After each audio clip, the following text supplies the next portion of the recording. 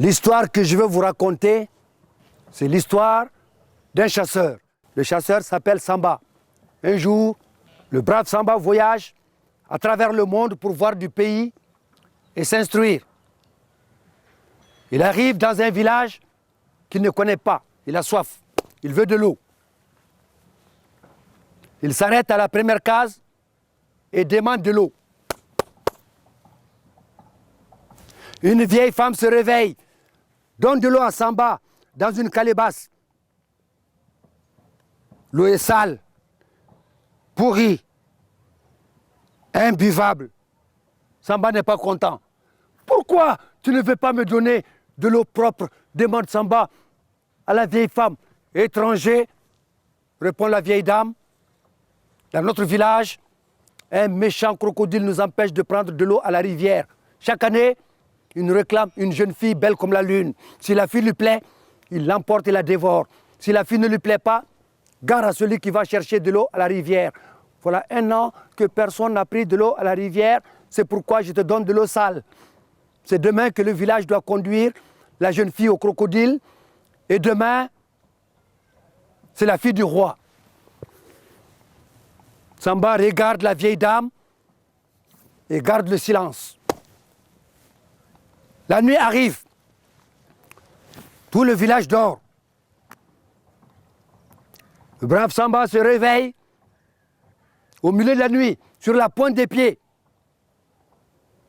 Il prend son casque, son fusil, son couteau, sa gibecière. Le brave Samba prend une calebasse beaucoup plus grosse. C'est pour aller à la rivière chercher de l'eau. Samba sort du village. Il arrive au bord de la rivière. Tout est calme. Samba pose la calebasse par terre pour ne pas réveiller le méchant crocodile. Le crocodile ne dormait pas. Il ouvre un œil. Il regarde Samba qui avance. Attention Samba. Samba, attention. Il va frapper. Attention Samba. Samba, attention. Fouah! La queue du crocodile passe à un doigt de la figure de Samba, frappe un tronc d'arbre qui éclate en 1000 morceaux. Le crocodile se remet à l'eau, très fâché.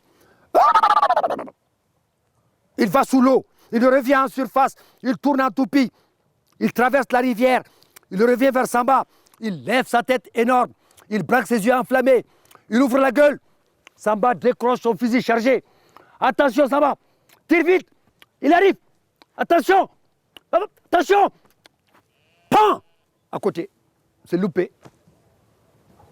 Le crocodile se remet à l'eau, très fâché. Il bondit dans tous les sens. Samba va se cacher derrière une grosse pierre.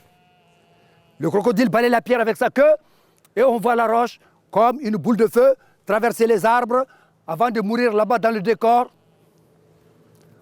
comme le ballon de l'équipe de France.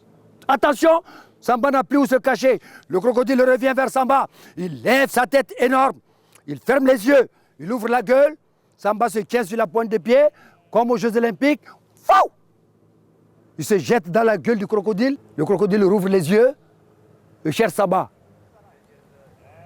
Le crocodile a mal au ventre. Quelque chose bouge dans son ventre. Le crocodile se tord de douleur. Il sort de l'eau. Il frappe sa tête plusieurs fois contre la berge.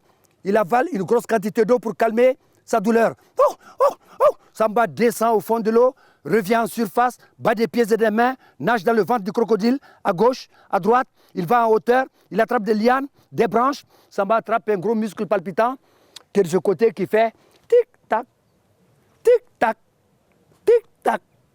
Oui, c'est le cœur. Samba s'acharne sur le cœur et cette fois-ci, le crocodile sent quelque chose venir. Il sort de l'eau, il arrive sur la plage, il écarte les pattes, il allonge la queue, il baisse la tête, il ferme les yeux, il pousse un long gémissement qui le plonge définitivement dans le sommeil éternel. Le crocodile est mort.